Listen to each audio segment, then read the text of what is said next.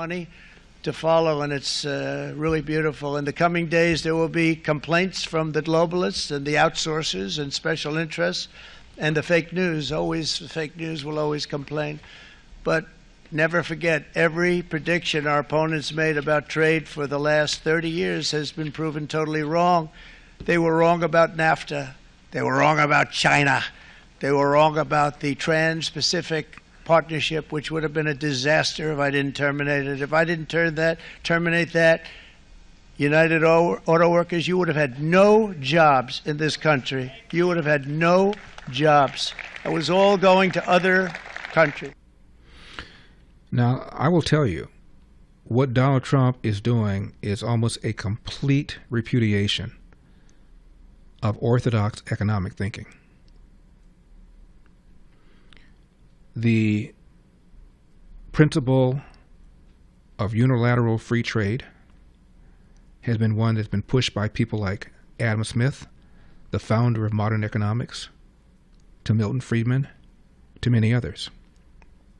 Now, they both have said, Milton Friedman and Adam Smith, that ideally tariffs should be low for countries that are trading.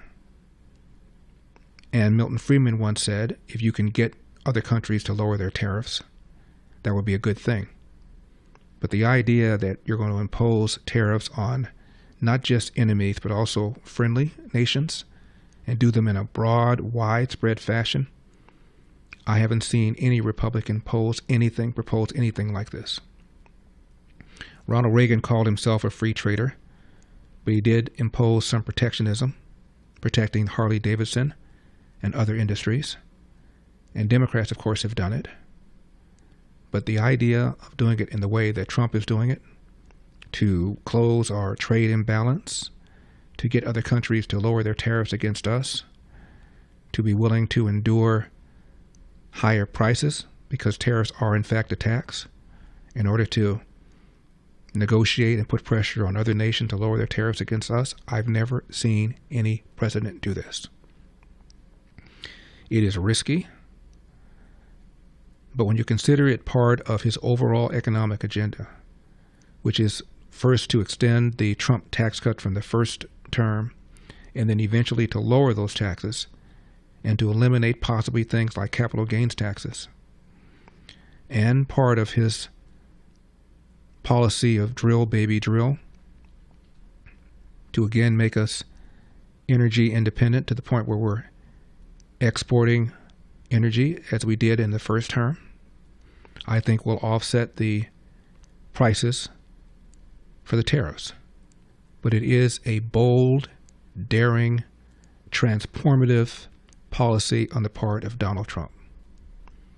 That said, he has been talking about tariffs for decades. He did so as a businessman. I've seen many interviews of him well before he entered politics where he talked about how he felt that we were being ripped off, an expression he used over and over again.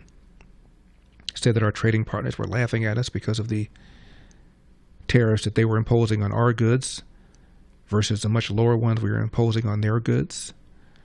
So it's bold, and it's risky, and it's daring. But if it works,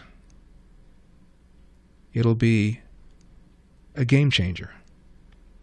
And right now, many Republicans who have until now been ardent free traders are still in his camp with very few defections and are willing to give him the benefit of the doubt.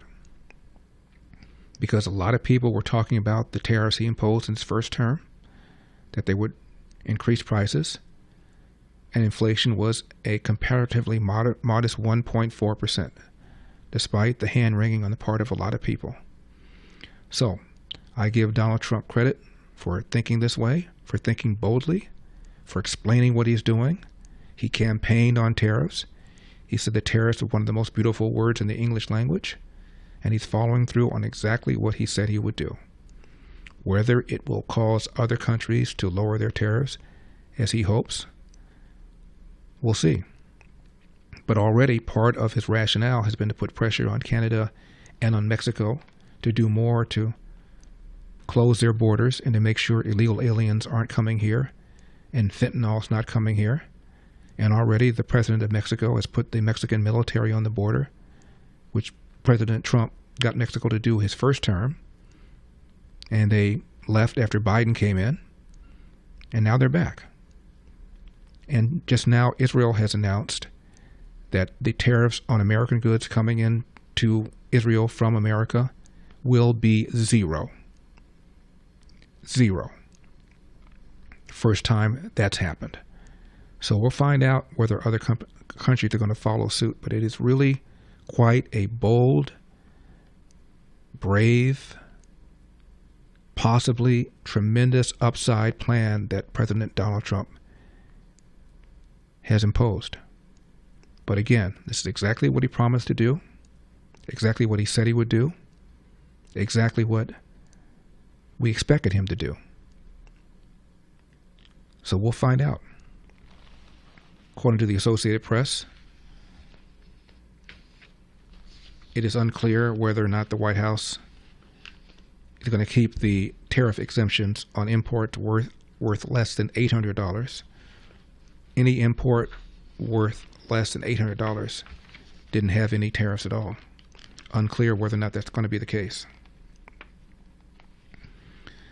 The Associated Press says, quote, even Republicans who trust Trump's instincts have acknowledged that the tariffs could disrupt an economy with an otherwise healthy 4.1% unemployment rate. House Speaker Mike Johnson said, and I'm quoting, we'll see how it develops. It may be rocky in the beginning, but I think this will make sense for Americans and will help all Americans. End of quote. Thanks for watching these clips from The Larry Elder Show. If you enjoyed this content, be sure to subscribe to my channel and hit the bell icon so you never miss a moment. More thought-provoking discussions are just a click away, so stay tuned, and we'll see you in the next one.